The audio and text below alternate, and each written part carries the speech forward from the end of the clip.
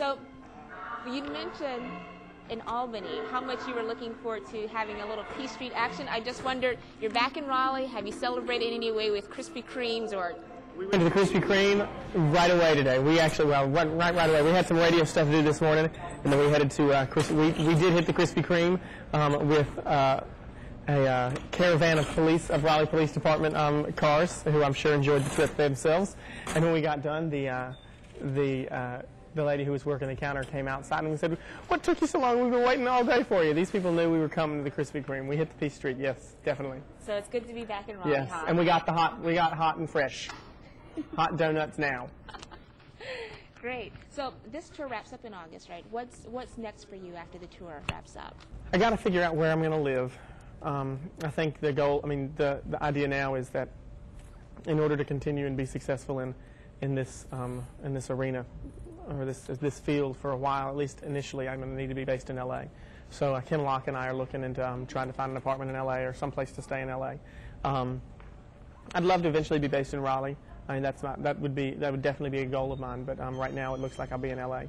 And then as far as the rest of the stuff goes, it's going to be promoting the album, touring around the country to promote the album, and just kind of opening up whatever doors, or looking through whatever doors are cracked for us, and see what's possible. You know, what is something that I might be interested in doing. I don't know if I want to do movies. I don't know if I want to continue to only record, or do I want to do TV. You know, there's just a lot of different possibilities that have presented themselves. You know, peek their heads. We're going to explore them all. Any likelihood that we'll see from Ruben to Clay, or from Clay to Ruben? We would love. I mean, it wouldn't be from Clay to Ruben or Ruben to Clay, but we would love to do a movie together. You know, Kelly and Justin got to do it. We think ours would be funny too. But I think both of our goals in picking a movie and doing a movie together would be to make sure that it's something that would appeal to people who didn't just watch the show. You know, maybe a remake of Laurel and Hardy or Abbott and Costello. You know, that type of thing. Something that could appeal to an audience that didn't watch the show.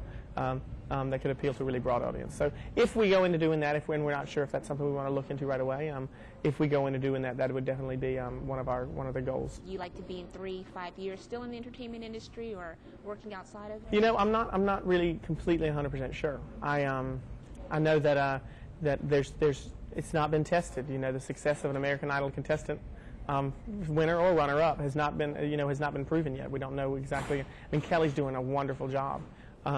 And I'd love to be as successful as she is when I get to where she is next year. You know, in 3 years, I guess it just falls back into, you know, I don't know exactly what I want to do. My life was planned out for me, in my mind, as a teacher, and I haven't really taken the time. I haven't had enough time to sit down and explore, you know, make long-term goals. I'm sure that's something I want to do, is to make some long-term goals, but I haven't had time to do that yet. So I'm really just kind of riding the wave right now. And you've done a lot of work working with children. You're starting the foundation that you're announcing this morning. Any thoughts on how you might be able to use your American Idol success into making that go further? That's definitely something that I want to do, is to make sure to use the opportunity that I have, any forum that I have to speak about that, to bring attention to the needs for inclusion of individuals with mental disabilities. But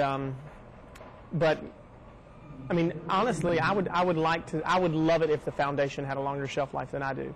I think, you know, if I'm still in this field in 5 years, if I'm still in this field in 10 years, I mean, that would be a miracle. But stranger things have happened. I made it as far as I did. So I think that, but beyond 10 years, like 20, 50, 100 years, even possibly from now, I want this foundation to make sure that it has an impact, is making an impact in the area that it's meant to. As an artist, is there any stage that, even before American Idol happened, as a young kid, that just in your wildest dreams you couldn't imagine performing there, that you really wanted to see yourself performing there? Any stage? Any stage, any venue, and I don't know, something that was like. I remember, and sometimes we're into a mode with this show where we can relax. It's going to get loud in a second. I'm sorry. They'll dim it in a second. You have to keep going. It's got like 1 minute left. There's an area. We're in a place